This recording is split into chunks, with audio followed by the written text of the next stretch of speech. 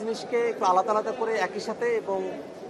প্রত্যেকটা বিষয়কে একই সাথে দেখার একটা বিষয়বস্তু রয়েছে।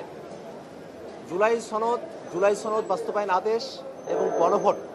এই তিনটা জিনিস সমান্তরালে সংগঠিত হয়েছে এবং প্রত্যেকের সাথে ডিপেন্ডেন্ট এবং ইন্টারকানেক্টেড কিছু বিষয়বস্তু। জুলাই সনদের জন্য যে গণভোট অনুষ্ঠিত হলো, তার জন্য যে অধ্যাদেশ জারি করা হয়েছিল, সেই অধ্যাদেশটি তার কার্যকারিতা সহকারে বাংলাদেশে সেটা অনুষ্ঠিত হয়ে গেছে এবং বাংলাদেশে যে কোনো অধ্যাদেশ জারি হলে পরে সে অধ্যাদেশের অনুযায়ী যে সকল কার্যকরী সম্পাদন হয়ে যায় না কেন, সব কিছুকেই বৈধ আকারে ধরে নেওয়া হয়। পরবর্তীতে যদি সেই অধ্যাদেশগুলো সংসদে কার্যকারিতা নাও পায়, সেটাকে বৈধ হিসেবে ধরে নাও হয়, কিন্তু সেই অধ্যাদেশ অনুযায়ী ইতিমধ্যে যা কিছু সম্পাদিত হয়েছে সব কিছুকে কিন্তু আইন অনুযায়ী বৈধ হিসেবে ধরে নেওয়া হয়। সরকার দল গণভোটের জন্য যে অধ্যাদেশ, সেই অধ্যাদেশকে তারা যদি সংসদে অ্যাপ্রুভ নাও করেন, যে গণভোট অনুষ্ঠিত হয়েছে সেটাকে কোনোভাবেই অবৈধ বলার কোনো সুযোগ নেই, বরং গণভোট অবশ্যই বৈধ এবং আইনগতভাবে তার বৈধতাকে কোনোভাবেই আর চ্যালেঞ্জ করা যাবে না। কিন্তু আমরা তারপরেও সরকার দলের কাছে আমরা আহ্বান রাখবো, যদিও গণভোটের যে অধ্যাদেশ সেটা তার কার্যকারিতা সম্পূর্ণ করেছে, তারপরেও বাংলাদেশের যে কালচার, বাংলাদেশের যে গণভোটের প্রতি মানুষের যে আকাঙ্ক্ষার জায়গাগুলো ছিল, সেগুলোকে বিবেচনায় রেখে গণভোটের যে অধ্যাদেশ সেটাকেও যেন 133টি অধ্যাদেশের সঙ্গে এই পার্লামেন্টে উত্থাপন করা হয়েছে এবং সেটাকেও যেন পাশ করা হয়, সে ব্যাপারেই আমরা সরকারের কাছে আমরা আহ্বান জানাবো। পাশাপাশি আমরা একটা বিষয় একটু বলতে চাই যে জুলাই সনদ বাস্তবায়ন যে আদেশ এবং জুলাই সনদ, এই দুইটা জিনিসের মধ্যে সরকার দল ফারাক করার চেষ্টা করছে। আমরা একটা জিনিস খেয়াল করে দেখেছি যে আজকেও একটি মুলতবি প্রস্তাব উত্থাপন করা হয়েছিল, যেখানে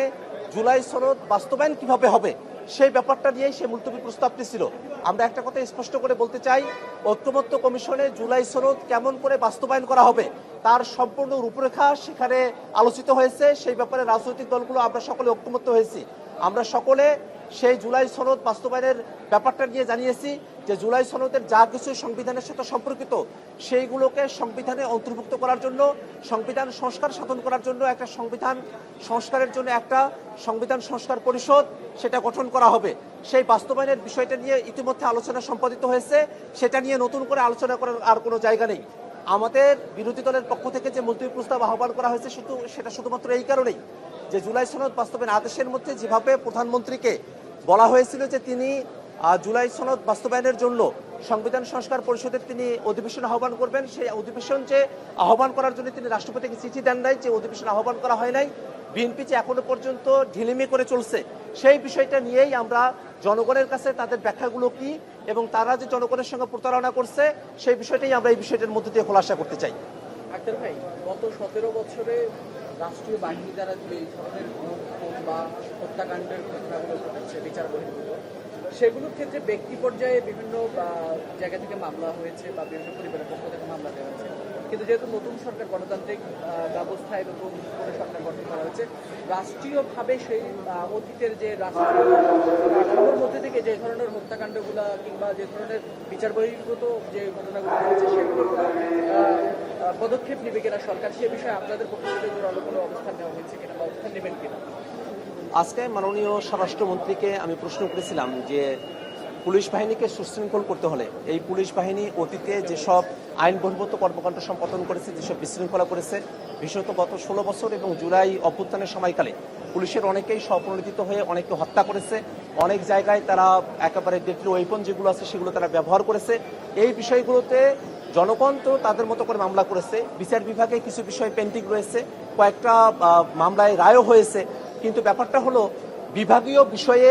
তাদের ব্যাপারে ব্যবস্থাপনাটা কি নেওয়া হলো সেই ব্যাপারটা কিন্তু এখনো পর্যন্ত আনক্লিয়ার। আমরা স্বরাষ্ট্রমন্ত্রীর কাছে আহ্বান জানিয়েছি পুলিশ বাহিনী তাদের মধ্য থেকে যারা আইন বহির্ভূতভাবে জনগণের উপরে টর্চার করেছে, জনগণকে খুন করেছে, সেই ব্যাপারে যেন পুলিশ বাহিনীর ভিতর থেকেই কিছু ব্যবস্থা নেওয়া হয়। আবার তেমনইভাবে বিভিন্ন যে আইন শৃঙ্খলা বাহিনীগুলো রয়েছে সেই বাহিনীগুলো এবং তদন্তর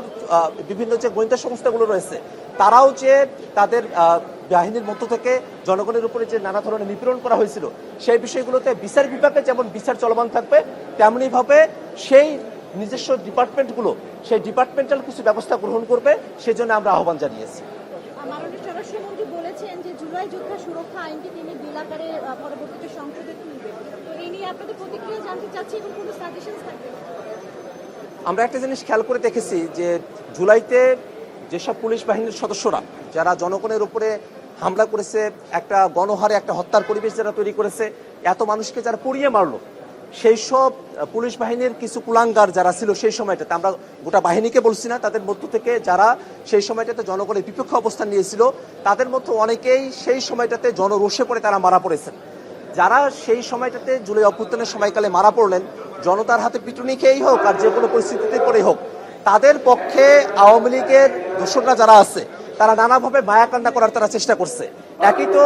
নানা ধরনের পরিসংখ্যান তারা দিচ্ছে যেগুলো সম্পূর্ণ ভুয়া। অনেক সময় তারা খেয়াল করে দেখবেন বলে যে 3000, 6000, 20,000 পুলিশ মারা গেছে যাদের তারা বিচার চায়। এখন এই বিষয়টাতে আমাদের স্বরাষ্ট্রমন্ত্রী কিন্তু আজকে পরিষ্কার করে বলেছেন যে স্বাধীনতা যুদ্ধের সময়কালে যেসব হানাদাররা মারা গেল, সেসব হানাদারদের যদি বিচার, হত্যার যদি বিচার যুক্তিসঙ্গত হয়ে থাকে, তাহলে এইসব ঘাতক পুলিশ যারা মারা গেল তাদের বিচারটাকে কেবলমাত্র তখনই এটাকে সঙ্গত বলা যেতে পারে। আমরা জুলাই যোদ্ধাদের পক্ষ থেকে সরকারের কাছে বারংবার এই দাবিটা আমরা জানিয়ে এসেছি। বিভিন্ন সময় বিভ্রান্তি তৈরি করা হয়েছিল। আসলে পুলিশ হত্যা বলে আওয়ামী লীগের পক্ষ থেকে যে টার্মটা ব্যবহার করা হয়েছে, এটা স্পষ্টতই এটা জাতির সঙ্গে প্রতারণা। এবং আসলে তখন যারা মারা গেছেন তারা জনচাপে পড়ে, জনরোষের কারণে তারা মারা গেছেন এবং সেটাই তাদের জন্য ফয়সালা। সেই ফয়সালার বাইরে এসে নতুন করে পুলিশ হত্যা নামক কোনো টার্ম ব্যবহার করার কোনো সুযোগ নেই। এবং এই ব্যাপারে যে ইন্ডিমনিটি দেওয়া হয়েছে, যে দায় মুক্তি দেওয়া হয়েছে, আমাদের জুলাই যোদ্ধাদের সুরক্ষার জন্য যা করা হয়েছে, আমরা সে ব্যাপারে সরকার সামনের দিনে যে পদক্ষেপ গ্রহণ করবে সেটাও যেন সঠিকভাবে